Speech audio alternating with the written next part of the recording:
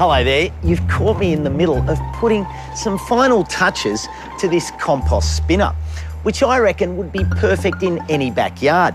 It's cheap to make, easy to use, and I'm going to show you how to put one together a little later in the program. But first, let's see what else is on this week's show. I'm up the coast, not far from Noosa National Park, with a horticulturist who's got a small block but loads of ideas of how to use fabulous foliage. The breeding program at Kings Park aims to educate Australians about Western Australian wildflowers, as well as making it much easier for them to successfully grow some of these plants in their own gardens. This is Elaeagnus limelight, and I just love it because it adds such brightness to the garden. However, this is a bit of a problem. This is a section of foliage which is reverting to plain green, and it needs to be dealt with.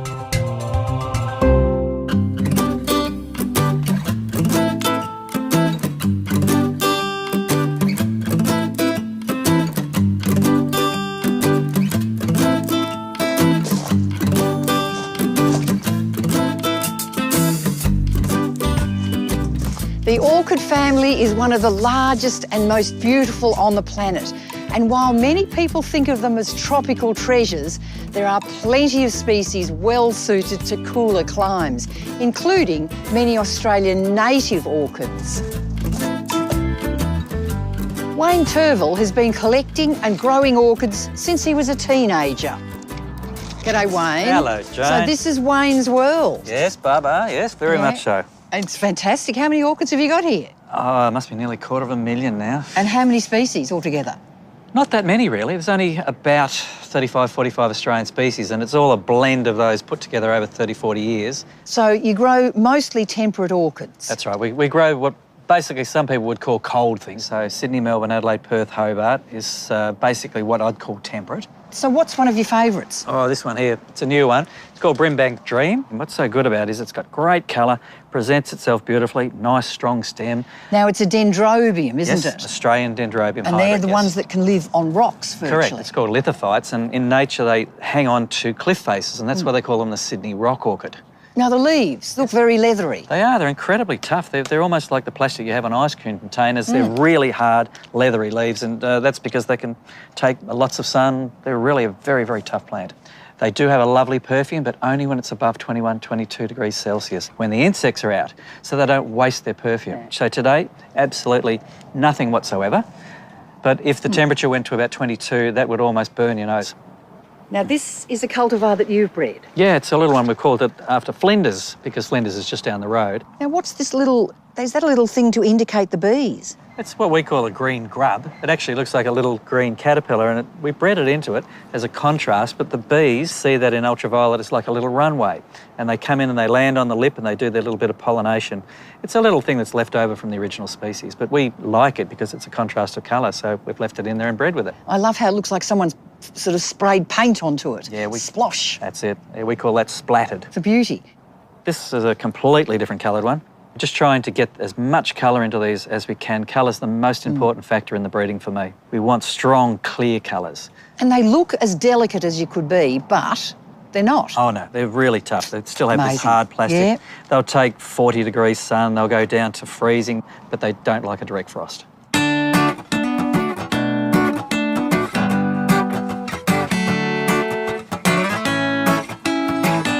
I know that Cymbidium orchids need really good drainage. Same with these? The Australian dendrobiums much more so, because they're normally epiphytes hanging on the side of a tree, or they're lithophytes clinging onto a rock face. Yeah. So they're used to having their roots out in the fresh air, and if you put them in a pot that doesn't have a lot of good drainage, they basically suffocate.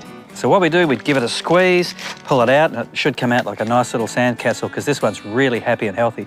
Lovely green tip roots, the potting media hasn't broken it down. You can use your old pot as a scoop to get your levels right. In she goes, set it in so it's just a little bit below the levels, and away we go. Give it a shake so that it all What's in that settles down. mix? It's charcoal, Charcoal, scoria, yeah, and pine bark. pine bark. Easy. And the important part is centre it, lots of mix, and then give it a tap or a shake to get that all settled in, and the all-important name tag. With orchids, it's incredibly important to have that name tag. And a bit of slow-release A fertiliser. little bit, just a 3-finger pinch of slow release around the top. The 8 to 9 month one is probably the better. Okay. Now, this is for if they were smaller. You've obviously got a smaller... Correct. Smaller pot, smaller orchid, smaller mix, larger orchid, larger pot, larger grade mix. And that's why we have 3 sorts of mix here at the nursery. And you've got perlite in there, which is also adding for good drainage. Excellent. Perfectly good drainage, charcoal and bark. Now, you can repot them, put them into a pot, or you can do this over here. You can mount them. Okay, now some of these are mounted in a different way, aren't they? That's right. They're not so much potted, they're actually mounted on a piece of black cyathea tree fern, and we mimic the way that they actually grow in nature, which is epiphytically hanging on to another host, a tree, not parasitising it, just hanging on. And so what we're doing is we're recreating that hang-on instead of a pot. So you've just got it on the backing board. Yes. Just tree fern. It's black tree fern. We prefer the black tree fern. The ginger tree fern holds a little bit too much water. Ah, yes. So we prefer the black if we can get it. And then just tie it on with some fishing wire. Yes. Little bit of... Little nappy of bush moss. Yep. Or sphagnum if you can't get the bush moss, and round and round and round with the fishing line, and then it'll attach itself incredibly quickly. Now, does this need much fertiliser? Well, what we do with it, we put a little bit of liquid feed into a bucket of water, and we do the old tea bag technique. And then when the mount's all fully sodden, full of the fertiliser and the water, you just hang it back up and it stays in the mount for a few weeks. Perfect. What about light? As much light as you can possibly give them. They really are high light plants. 90% of people that don't flower their orchids, it's because they haven't given them enough light. Right. And if you're going to water them, it's better to water on a rainy, windy day than a still sunny day, because you want those leaves dry by nighttime so you don't get fungal and bacterial infection. So, Wayne, I've got to ask, why the passion? I just love what I do. I'm one of these lucky people that's got the keys to the lolly shop. I cannot get up here quick enough in the morning. I don't want to go home at night. I get into trouble all the time. I think of reasons to sneak up on the weekend. But I love it. I just love what I do. I'm one of the very, very few lucky people that really want to go to work every day. How lucky are you, eh? It's wonderful.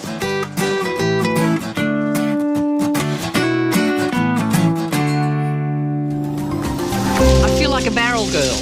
Not so long ago, we had a story on the program about an ingenious compost spinner created by keen gardener Carl Fitzgerald. It used to take me a whole day to process one of our big compost piles.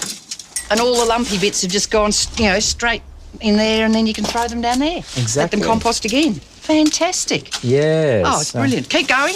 I'm into this. Let's get them. Well, we've had lots of emails come in since that story went to air. And I've actually been stopped in the street a few times by people wanting more details about this compost spinner. I put this one together the other day, but now I'm going to build a second one so that you can see how simple it is to have one of these for your garden. Think about the project in 2 parts. You've got the base and then you've got the rotating sieve. To create the rotating sieve, you need 3 bicycle rims, and the structure's created by putting timber battens like that, and then to the timber battens you can attach your Avery mesh using a washer and a simple screw. For the base, I dismantled a pallet and I actually created 2 bases out of the 1 pallet. To the base you attach these casters. Now they're rotating casters because these rims are wonky and compensated for by the rotating caster, which is just perfect. Most of the materials I've used I got from the tip shop or from hard waste. All up, this whole thing cost me about $60, which means I got 2 for $30 each. How good's that? First up, use a piece of string to measure the circumference of your rim. Then transfer that length over here to your mesh, and that will give you the exact amount to line the inside of your compost sieve.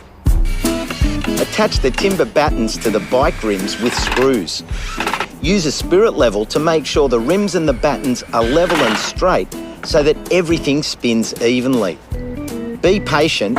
Second-hand bike rims aren't square, so you just have to tweak it a bit. Dropping the mesh in there, and now I'm going to attach the mesh to the battens using screws and washers. Well, that's the first part done. Now it's time to build the supporting frame. I've measured the frame so it'll fit easily over my wheelbarrow. Then it's just a matter of screwing the pieces of timber together. With the casters in place, it's time to actually put this on and see how it works. These casters go nicely in the two end rims, and the central rim is really just for stability and support. I reckon we're ready to make some compost. Don't be concerned if you didn't get all the steps. You can find a fact sheet on our website. It's actually working as I'd planned. All of the rough pieces, the bigger pieces, are going into the bucket here, and in the barrow is our beautiful sieved compost. Perfect for getting your seedlings off to a great start in spring. Go on, get amongst it.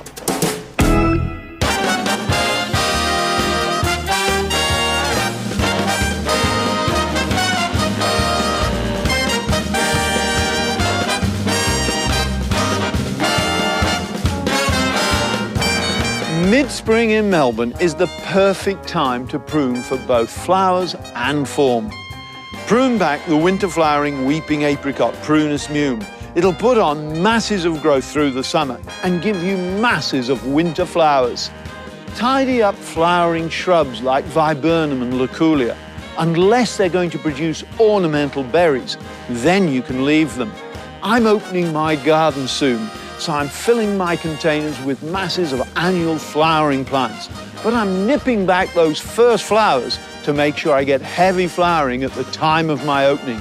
Now, Jerry, what's happening with you up in Brisbane? Well, John, here in the subtropics it's dry, but luckily we're entering the storm season. So make sure to clean your gutters. That way every drop of rain will go straight into your tank. Wait until the soil has had a good soaking before you sow thirsty crops like corn and rosella. Warm, moist soil gets these plants off to a really good start. And in between the showers, make sure to water your citrus. If they go dry, they can shed a lot of fruit. Regular spring watering for my Tahitian lime guarantees me 6 crops of fruit every year. What's happening in your part of the world, Sophie? Well, Jerry, here in South Australia we might be as warm as you are up in Queensland. However, late October marks the start of summer in our hot, dry climate. So I'm going to be topping up mulch throughout my garden. I'm going to be planting summer veggies like tomatoes.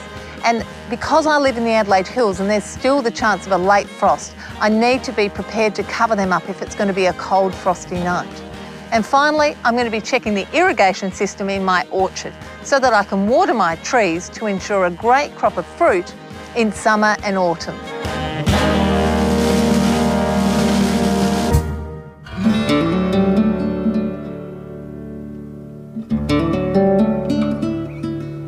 This is where Western Australia native plants hold centre stage. The 400 hectares of central Perth called Kings Park. And come spring, they're ready to show off.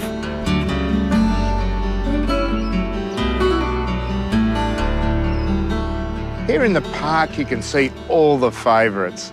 Kangaroo paws, of course, grevilleas, so many of them, and exquisitely scented beronias. Much as I love them, Western Australian native plants have always been notoriously difficult to grow in gardens across Australia. But that's changed. Science has caught up with them. Plant breeding here in Kings Park means some wildflowers are just about tamed. This is the park's Biodiversity and Conservation Centre. This fella, up to his elbows in grevillea hybrids, is an old mate of mine, Digby Grounds. Angus, how are you? Really good to see you. Yeah. What have we got here? This looks exciting. Oh, this is one of our new cross-pollinated hybrids. Fantastic colour. It's got this really nice pink apricot blush, but this strawberry, bright strawberry tipped styles. Digby is senior plant breeder here at Kings Park, which means some of the centre's most spectacular achievements are down to him. One of your latest releases is a cross between these two grevilleas, isn't it? Yeah, that's right, Angus. This one here is the seed parent or the mother plant, and the other one is the pollen donor. So this is one of the parents, and the style is looped. And so what we need to do prior to pollination is to unloop that style by what we call emasculation. And so we just get my fingernails in there and pull it apart, and then now the style is not looped, and we can apply pollen to the stigma end of that flower. And then we go over to the pollen donor plant, in this case Grevillea banksii, and we take pollen from this plant and transfer it to the seed parent. If we want to know exactly the parents of the new hybrid, we need to not allow self-pollination to happen. Another fascinating technique that Digby uses is called embryo rescue. To hybridise something like this amazing scarlet feather flower with a distant relative in the same family, the wax flower, it requires a little bit of fiddling around. Digby.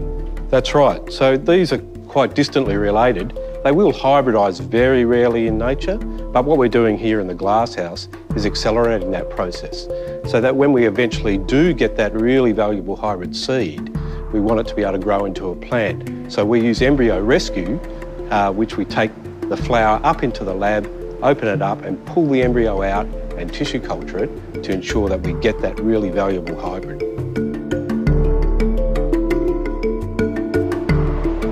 So it's a little bit like taking a premature baby and putting them into a humidity crib in a hospital. Yeah, that's exactly right. And that environment there gives them all the food and the environment they need to grow into a plant.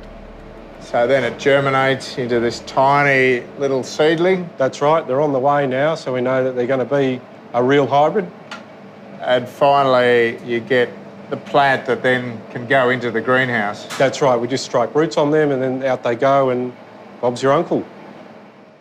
A third way in which new varieties are created is called wild selection.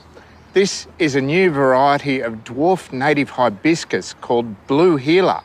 In this case, a lovely compact plant was found in the wild, cuttings were taken, and they proved to be adaptable in gardens all over Australia. Hence, it was a new variety just waiting to happen.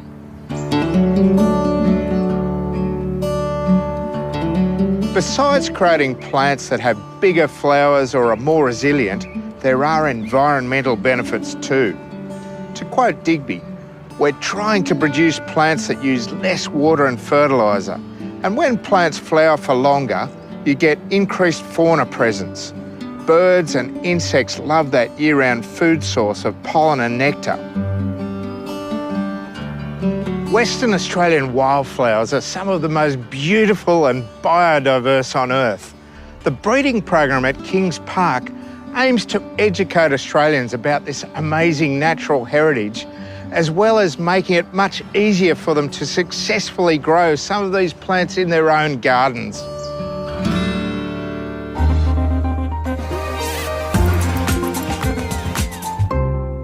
I'm a huge fan of plants which thrive under tough conditions, and this one is one of the quiet achievers in my garden. It's Gardeningaus abingii. It's a rather insignificant looking plant, has nice dark green leaves with silver undersides. The flowers are nothing to look at. However, it's incredibly tough. This hedge is only about 2 years old. It survives on virtually no water now it's established, and it's thriving. This is actually a variegated form of the same plant. It's called Gardeningaus limelight, and I just love it because it adds such brightness to the garden. However, this is a bit of a problem. This is a section of foliage which is reverting to plain green, and it needs to be dealt with. Variegation happens through natural mutation or viral infection and results in a reduction in chlorophyll in some of the plant's cells, which causes the appearance of yellow areas amongst green. Variegated plants can revert or turn green for a number of reasons. It can be a reaction to extremes of hot and cold, or a reaction to low light levels. In this case, I think it's probably as a result of the long hot summer last year. So if this is happening to one of your plants, you need to prune it out, because if you don't, the plain green can actually take over the plant because it's got more chlorophyll and vigour than the variegated foliage. So if you see a solid green sprout, prune it out.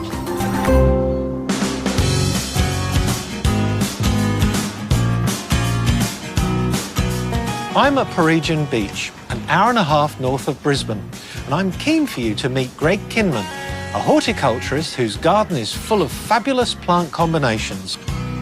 So what was it that made you choose this site? Well, Jerry, it was a blank canvas, and I could see the potential for a garden here. How has the garden evolved? Well, out the back where I first started, it was quite tropical. It still is. It's lush and green. Out here, it's a lot more exposed, and it was just the perfect place for more native vegetation. But rather than just go straight native, I've woven succulents and some of my other favourite plants in as understory. And I wanted to get a little bit of vibrance. So over here I've got contrasting textures and tones. I love to play with the tones of the succulents. And when you look deeper, there's more interest. This calancho, for instance, the afternoon light lights up those little fine hairs on the foliage. Very dramatic plant like Aloe Super Red is a very exciting texture. There's the light capturing those little thorny margins, and using the lime colours of the geranium, it's a contrast, and I think that works well here too. It's certainly not something I'd have expected to see in a sophisticated garden. It's very common. It is common, and I don't mind common. It's common done differently, and you know, I suppose that's what this garden is about. It makes you look twice. And changing a thirsty, dry, freely draining sand, which some would see in a disadvantage, into an advantage. You've used that.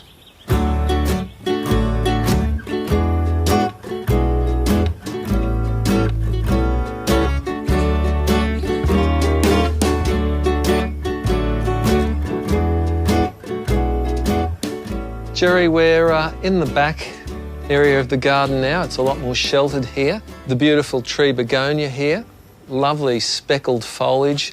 In the dappled light, it really comes to life. It's an exquisite plant. And it's part of our gardening heritage here. You know, my grandmother, I'm sure, grew this as a patio plant. The flowers are edible. Oh, they're delicious, particularly if They are. they're frosted with a bit of sugar. The sweet and sour is delicious. Yes, they are. Again, another beautiful begonia, Begonia rex. I love it for its silver foliage and the fantastic wine claret coloured underside. And when you look closely, there's tiny hairs all over that underside as well. It's an indication of a perfect understory plant because that purple pigment captures all the sunlight that there is. Yeah. Now, my eye is drawn down here to a plant that I haven't seen yes. for a long time. Aralias used to be really popular. They're easy to grow They it is incredibly elegant. Well, I bought this. It was growing in a jam tin at a local market. I like it for its lacy foliage. They are certainly one of my favourite plants. And here's another one, the little neo-bromeliad. So as it comes out more into the light, it gets this fantastic plummy red colour. And it's really pleasant because it's not spiny. It's gorgeous. I love the way that you've used plants to spill over the raised walls.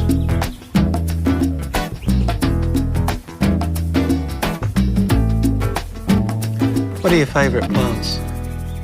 Jerry, that's like asking my favourite child. You know, I have many favourites.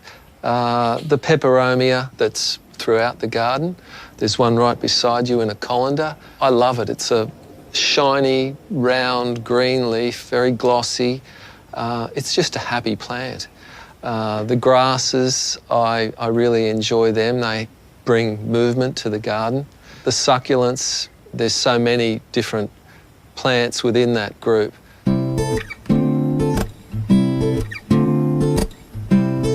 How would you describe yourself as a gardener? A constant gardener. I'm always thinking about and in the garden. It's what I do for pleasure. You know, I am part of the garden now. It's deep inside me, so there's no escape from here, Jerry. So you enjoy the journey of gardening? Oh, absolutely. Well, thanks for having a passenger today. It's been a pleasure, Jerry. Thank you. I'm using some of our freshly sieved compost to plant some spring seeds, and I think they'll be jumping out of this stuff in absolutely no time. If you want to learn a little bit more about Angus's story on Australian native plant breeding, grab a copy of the November issue of the Gardening Australia magazine. And don't forget to follow us on Facebook. It's really simple to get started, and you'll meet kindred gardening spirits, you'll get lots of tips and tricks, and you'll see lots and lots of content that we just can't squeeze into our weekly show. That's it for this week. Let's have a look at what's coming up on our next program. I'll be going old school. In fact, really, really old school, with plants and gardening practices from the time of the Aztecs. This is the rugged coastline of Yallingup, not far from Margaret River. The native bushland down here is remarkable. In fact, around 80% of the plant species don't occur anywhere else in the world, but we've cleared a lot of it for agriculture. And I'm meeting a bloke who's busy putting it back by regenerating his own block, a former sheep farm.